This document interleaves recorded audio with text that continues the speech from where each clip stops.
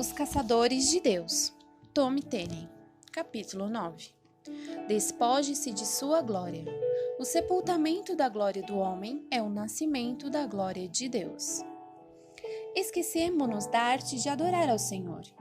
Nosso louvor está tão cheio de uma interminável torrente de palavras inúteis e vazias, dando a impressão de que tudo o que fazemos é preencher o tempo com um monólogo que talvez o próprio Deus ignore. Alguns se agarram a isso de tal forma que não conseguem contemplar o Pai ou perceber o quanto Ele nos ama. Precisamos retornar àquela simplicidade de nossa infância. Todas as noites, quando estou em casa, embalo minha amada filha de 6 anos para dormir. Geralmente, ela deita em meus braços e antes que adormeça, me conta todos os problemas que enfrentou durante o dia. Papai, aquele menino da escola brigou comigo. Ou, papai, não fui bem na prova hoje. Sei que para ela, estes problemas são verdadeiros gigantes. Nestes momentos, sempre tento confortá-la dizendo que ela está comigo, que a amo muito e que tudo vai ficar bem. Não importa o que disseram contra ela na escola, nem seus pequenos erros, nada pode atingi-la agora que está em meus braços. O melhor mesmo é quando consigo caminhar pelo labirinto da mente de minha filha e lhe trazer paz. Então minha garotinha olha para mim com seus olhinhos quase se fechando e sorri. Só posso dizer que nestes momentos, seu semblante me revela o mais puro amor e confiança. Ela não tem que dizer mais nada. Eu compreendo. Assim, em completa paz, ela se ajeita no meu colo para dormir, com um sorriso que reflete plena segurança e confiança estampado no rostinho. Deus quer que façamos a mesma coisa. Muitas vezes, ao final do nosso dia, vamos até Ele e o adoramos com algumas palavras mecânicas que já sabemos de cor. Ficamos tão absorvidos pelos problemas que nos sobrevieram na escola durante o dia que nos deitamos na presença de Deus somente o tempo suficiente para despejar nossa torrente de palavras e entregar nossa lista de pedidos. Depois, voltamos para a correria de nossas vidas. Parece que não encontramos aquele lugar onde reside a paz perfeita. O que Deus quer é simplesmente que olhemos para Ele. Sim, podemos dizer-lhe aquilo que sentimos, precisamos fazer isso. Mas o que o Senhor realmente espera é receber a nossa mais íntima adoração e louvor em nível que transcende as palavras e ações exteriores. Ele deixou diante a face. Não fique parado na porta da eternidade. É preciso que entre. Você tem que parar de ficar olhando e ouvindo outras coisas. Ele está acenando. Suba até aqui e lhe mostrarei o que deve acontecer. Apocalipse 4:1. É isto que deveria trazer paz a um filho cansado. Não podemos nos deixar levar pelo nosso intelecto matemático para não corrermos o risco de racionalizarmos os propósitos de Deus. Podemos acabar perdendo a hora da nossa visitação, como os fariseus, saduceus e os escribas dos tempos de Jesus. Eu, por exemplo, não quero ver isto acontecer. Jesus chorou sobre Jerusalém, que naquele tempo simbolizava a habitação da presença de Deus, dizendo essencialmente: vocês não reconheceram o tempo certo. Eu vim para vocês e vocês me ignoraram. Vocês conhecem a palavra, mas não me conhecem. Lucas 19, 41, 44. Veio para o que era seu, e os seus não o receberam. João 1, 11. Não quero dizer que você e os outros não conheçam a palavra de Deus. Pelo contrário, escreva estas coisas porque o Senhor deseja um novo nível de intimidade com o seu povo. Ele não quer que saibamos a palavra de cor. Ele quer que tenhamos conhecimento da pessoa dele. Paulo diz que antes de se converter a Cristo, ele compreendia a lei. Mas depois de sua conversão, ele disse: eu sei em quem tenho crido. 2 Timóteo 1:12. Uma coisa é saber a respeito de Deus, outra é conhecê-lo. Deus está chamando você para sua intimidade. Se ousar responder a este chamado, terá conhecimento de uma faceta do caráter de Deus que até então você desconhecia. O Senhor vai colocá-lo tão perto dele que você poderá respirar o ar puro dos céus. O único caminho para o lugar que Davi chamava de esconderijo passa pela porta da adoração. Ao passar por este caminho, você deixa de lado todas as demais distrações e concentra o seu corpo, mente e espírito em Deus. Quando a presença dele se tornar tão forte que você não mais se importe com nada ao seu redor, você vai experimentar um encontro com Deus do qual nunca se recuperará. Seu coração ficará permanentemente afetado pelo amor, assim como a perna de Jacó ficou pelo manquejar. Durante a minha jornada em direção à presença de Deus, ele me disse: Filho, os cultos que me agradam não são os mesmos que lhe agradam. Então, compreendi que muitas vezes vamos à igreja para obter algo de Deus, quando na verdade a palavra sempre nos exorta a ministrar ao Senhor. Sim, estamos tão ocupados em ministrar às pessoas e suas necessidades que poucas vezes temos oportunidade de ministrar ao Senhor. E assim, semana após semana, saímos gratificados com as nossas parcas necessidades satisfeitas. Quando é que ouviremos a voz do Senhor a dizer: há alguém aqui que tão somente me ame? Como eu disse antes, o Salmo 103:1 ainda diz: bendize, ó minha alma, ao Senhor. Mas praticamos o ó Senhor, bendiga a minha alma. Qual seria a nossa definição de herói? Provavelmente não é a mesma usada por Deus. Veja o que o Senhor disse sobre a mulher pecadora que quebrou um vaso de alabastro para ungí-lo com óleo. Se o céu tivesse uma galeria da fama, posso dizer-lhe que um nome que estaria no topo da lista: Maria, a mulher do vaso de alabastro. O mais espantoso é que os discípulos ficaram tão embaraçados e constrangidos com o ato daquela mulher que quiseram mandá-la embora. Mas Jesus fez daquele ato um monumento eterno à adoração desinteressada. E não foi por causa do talento ou da beleza de Maria, nem por seu esforço religioso, mas pela sua singela adoração. Os discípulos disseram: para que este desperdício? Mateus 26:8. E Jesus respondeu: isso não é desperdício, é adoração. Com frequência, os discípulos se perdiam em meio a discussões sobre quem se assentaria à direita ou à esquerda, enquanto Jesus estava faminto de adoração.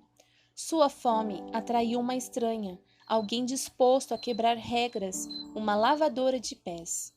Esse tipo de adoradores, enquanto ministram ao Senhor, ignoram os olhares e comentários da igreja politicamente correta. O Senhor deseja o nosso louvor e adoração.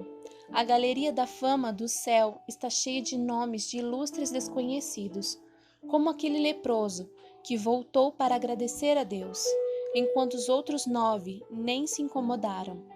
Pessoas que tocaram o coração do Senhor e ficaram em sua memória, das quais ele diz: sim, eu me lembro de você. Sei quem você é. Muito bem, servo bom e fiel. Enquanto isto, agimos como filhos ingratos em nossos cultos, reivindicando nossas bênçãos e tudo o que biblicamente nos pertence. Religiosamente, buscamos as mãos de Deus, mas ignoramos o que seja buscar sua face e dizer: eu o quero, Senhor.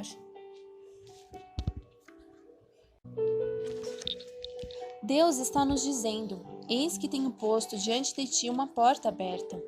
Apocalipse 3:8. Deus parece estar deixando abertas as portas dos céus e dizendo: venham para um novo lugar de intimidade e comunhão comigo. Você não precisa se preocupar com as bênçãos. Diga-lhe que o ama e as bênçãos virão como consequência. Busque o abençoador, não as bênçãos. Busque o avivador, não o avivamento. Busque a face de Deus, não suas mãos. Vejo muitas vezes nos corredores das igrejas pessoas que subiram ao colo do Pai.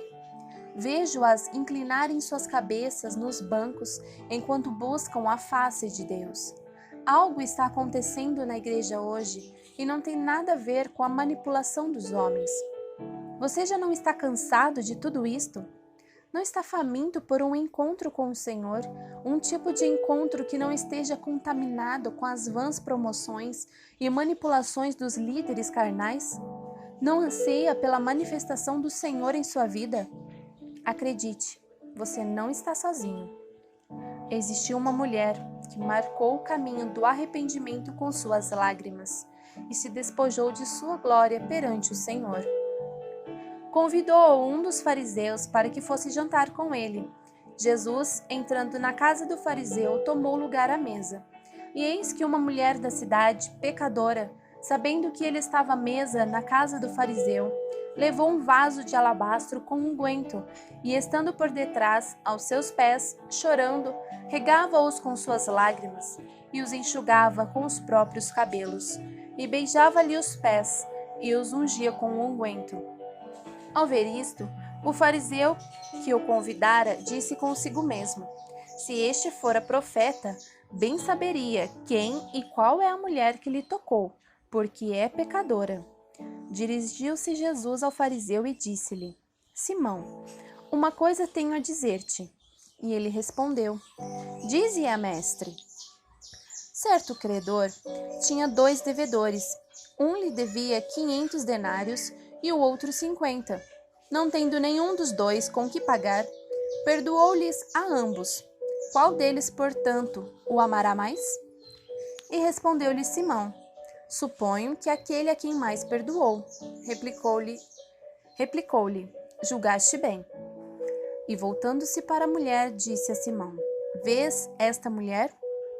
Eu entrei em tua casa e não me deste água para os pés. Esta, porém, regou os meus pés com lágrimas e os enxugou com os seus cabelos. Não me deste ósculo. Ela, entretanto, desde que eu entrei, não cessa de me beijar os pés. Não me ungiste a cabeça com óleo, mas esta, com bálsamo, ungiu os meus pés. Por isso te digo, perdoados lhe são os teus muitos pecados, porque ela muito amou. Mas aquele a quem pouco se perdoa, pouco ama. Então disse a mulher: Perdoados são os teus pecados. Os que estavam com ele à mesa começaram a dizer entre si: Quem é este que até perdoa pecados? Mas Jesus disse à mulher: A tua fé te salvou. Vai-te em paz. Lucas 7, do 36 ao 50. Você pode estar a poucos passos espirituais de um encontro que mudaria sua vida inteira. Se você deseja ver a face de Deus, siga Maria até os pés de Jesus. Derrame o precioso bálsamo do louvor e adoração que está em seu vaso de alabastro. Você tem mantido seu tesouro guardado por muito tempo, mas existe alguém que é merecedor dele. Não o guarde mais. Os evangelhos de Mateus e Marcos também relatam este fato e dizem que Simão era ou tinha sido leproso. Muitos estudiosos acreditam que o relato apresentado pelo Dr. Lucas era a história de um evento anterior. Mesmo assim, Simão, o fariseu, ainda era um leproso espiritual porque padecia do pecado desfigurador da hipocrisia. Sempre vemos alguns fariseus com a lepra da hipocrisia, mostrando desprezo quando derramamos o melhor de nós aos pés do Senhor. Mas quem se importa?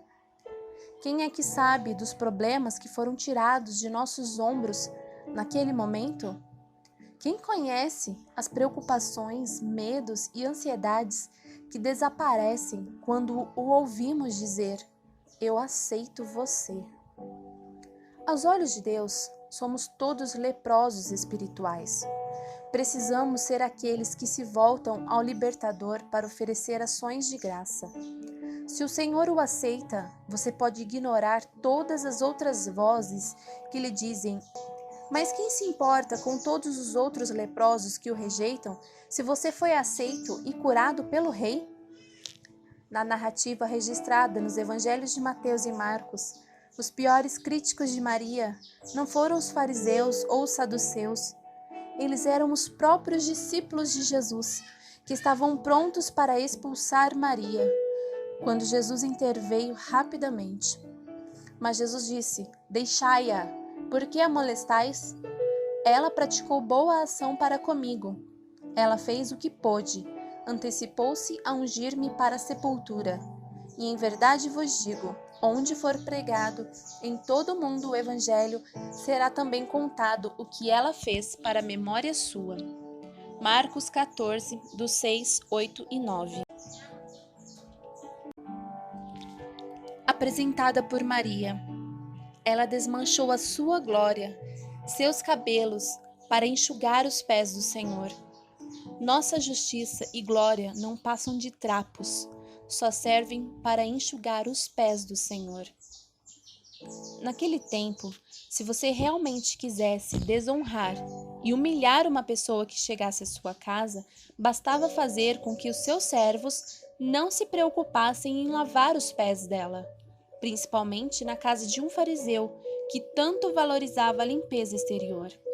Jesus diz claramente que ao entrar na casa de Simão, ninguém se preocupou em lavar os pés. Lucas 7:44. Simão queria que Jesus estivesse em sua casa, mas não queria honrá-lo. Quantas vezes queremos a presença de Deus em nossos cultos, mas nos recusamos a louvá-lo como deveríamos?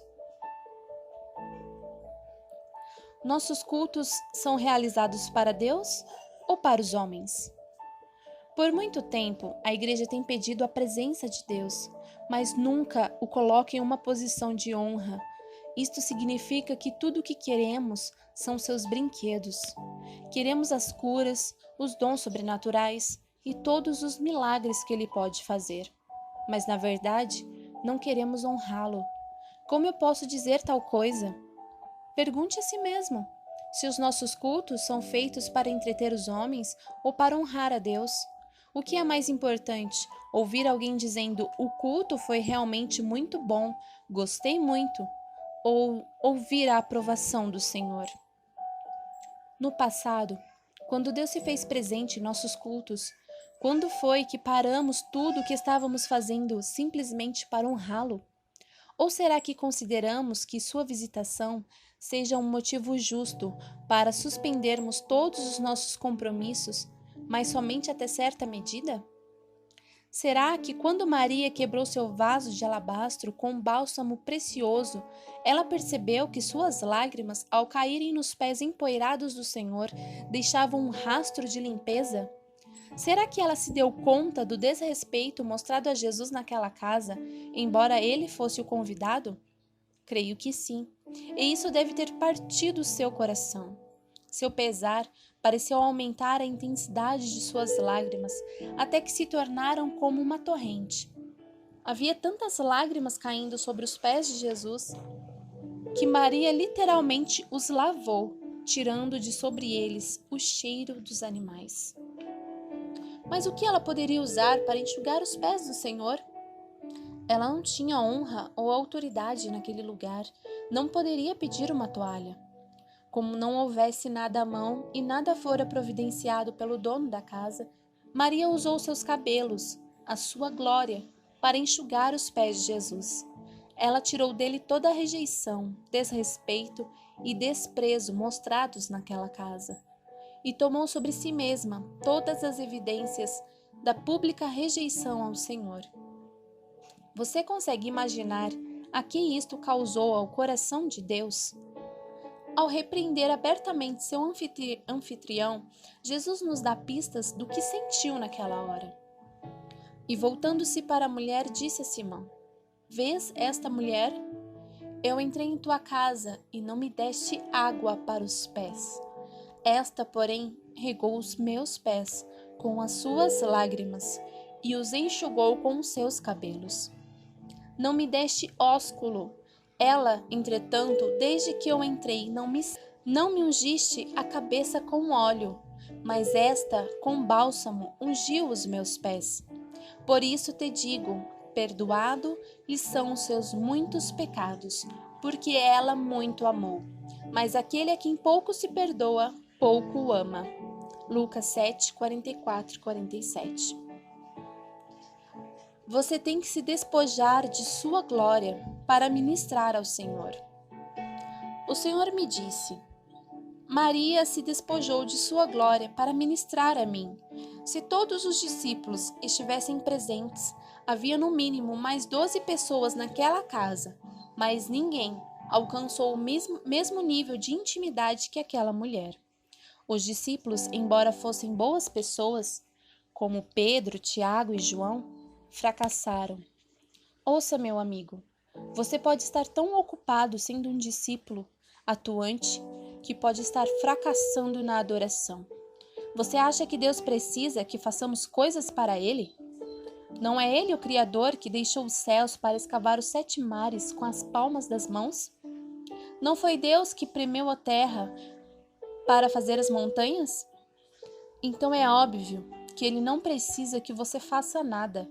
O Senhor quer a sua adoração. Jesus disse à mulher junto ao poço: os verdadeiros adoradores adorarão o Pai em espírito e em verdade, porque são estes que o Pai procura para seus adoradores. João 4, 23.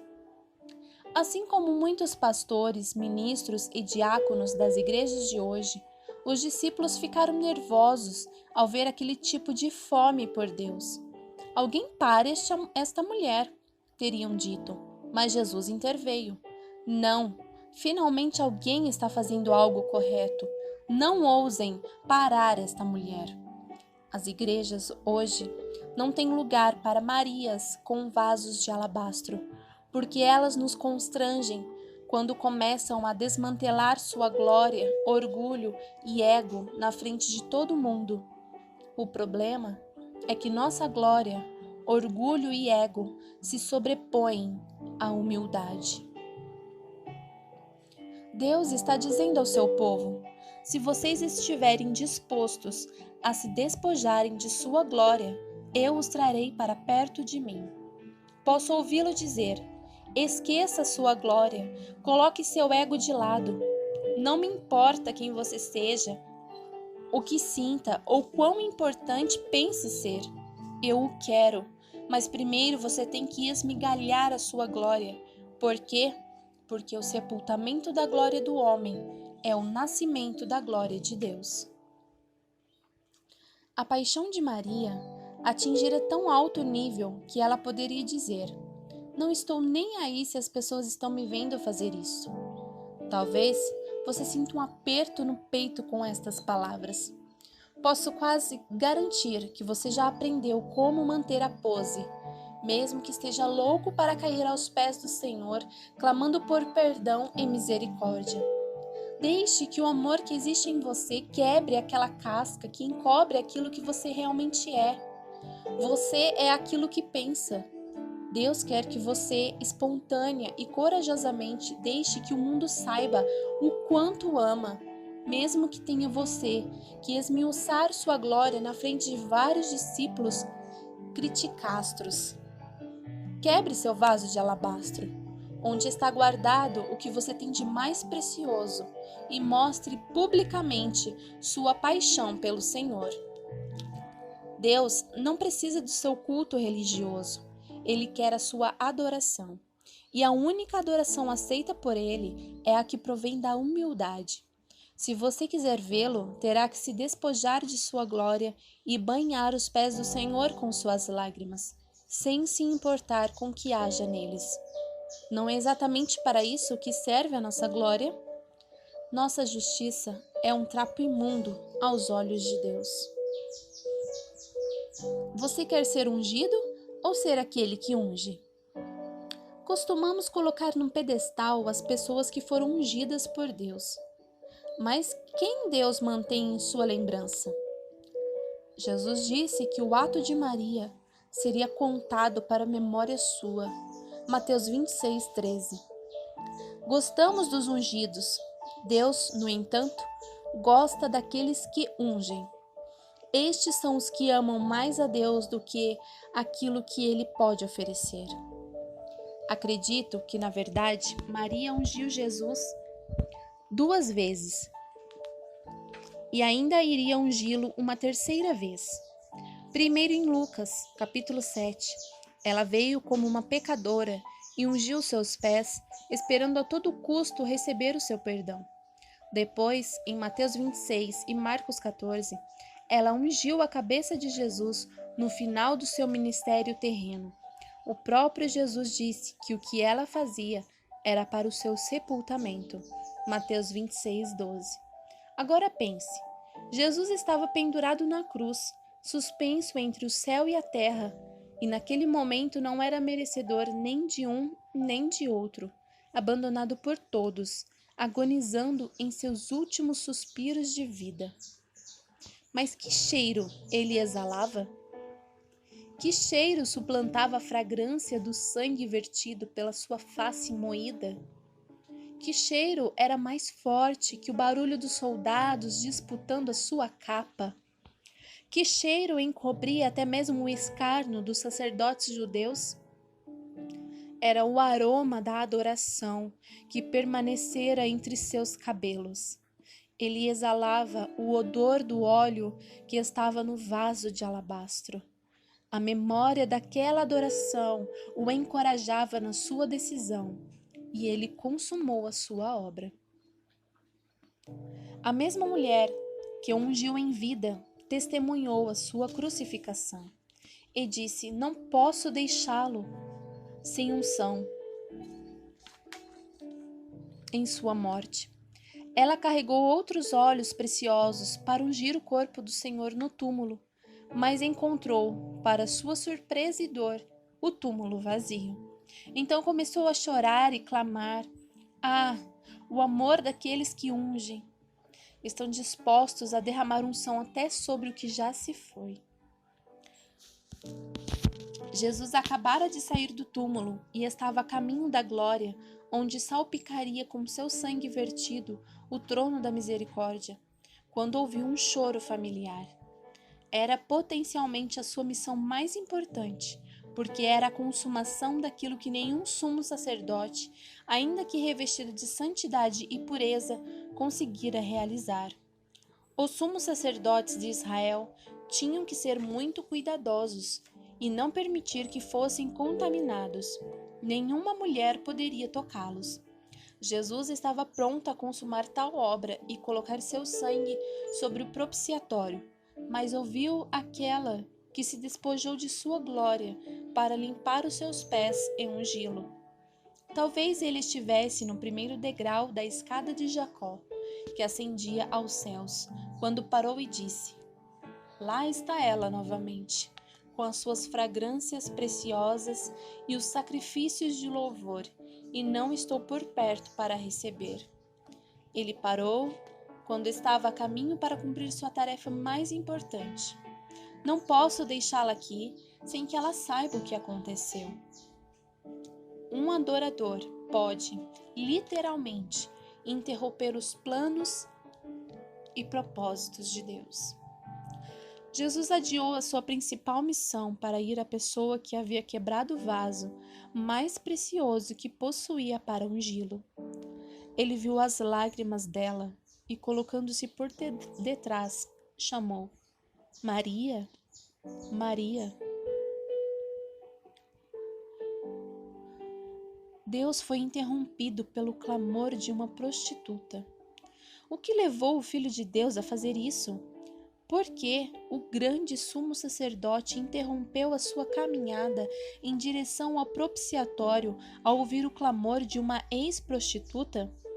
Uma coisa eu posso lhe dizer: ele só faz isto pelos que estão na galeria dos verdadeiros adoradores.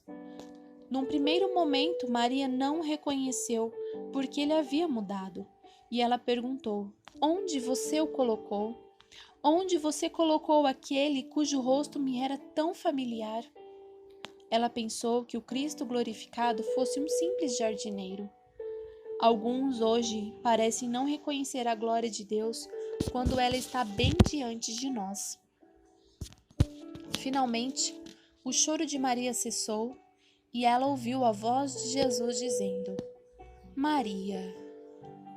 Sua aparência mortal havia sido transformada em imortal, e todas as suas feições já não eram terrenas, mas celestiais. E ele rapidamente a alertou: Maria, não me toque. Não quero ter que passar pelo sacrifício da cruz novamente. Não toque em mim. Só queria que você soubesse que eu estou bem. Vá e conte aos discípulos.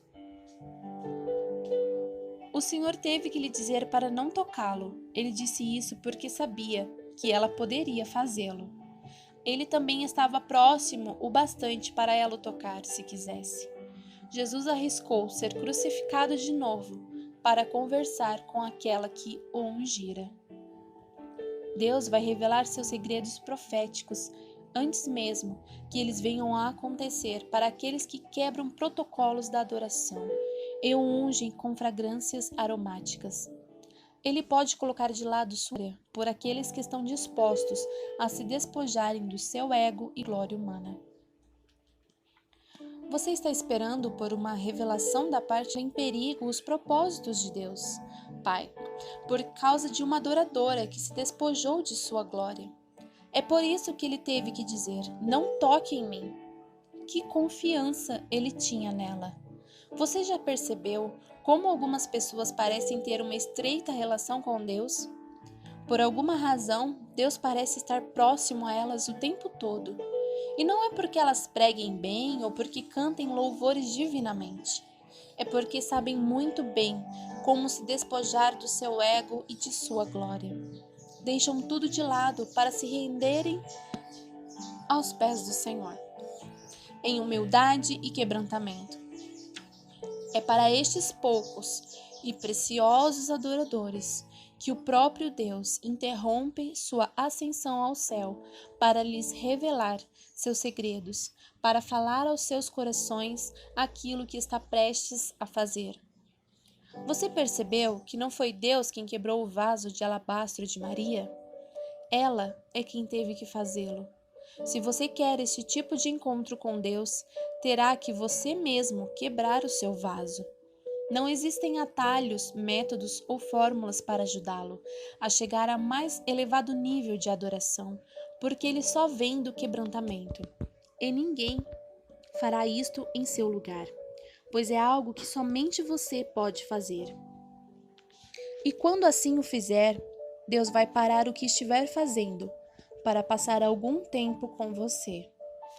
Se ele ouvir o menor barulho de seu vaso precioso sendo quebrado, se ele perceber o menor sinal de que você esteja se despojando de sua glória, então ele interromperá o que estiver fazendo e se voltará para você, pois ele não desprezará um coração contrito e arrependido. Ele vai mover céus e terra para visitá-lo. Quer saber por que algumas igrejas experimentam um avivamento ou por que algumas pessoas têm intimidade com Deus?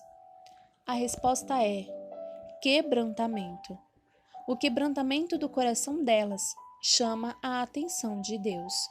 Tudo começa quando o amor que tem por Ele suplanta o medo do que os outros possam pensar. Você não pode buscar a face do Senhor e preservar a sua própria face. A destruição da sua glória, o despojamento, se assim lhe aprouver, é o começo da glória de Deus.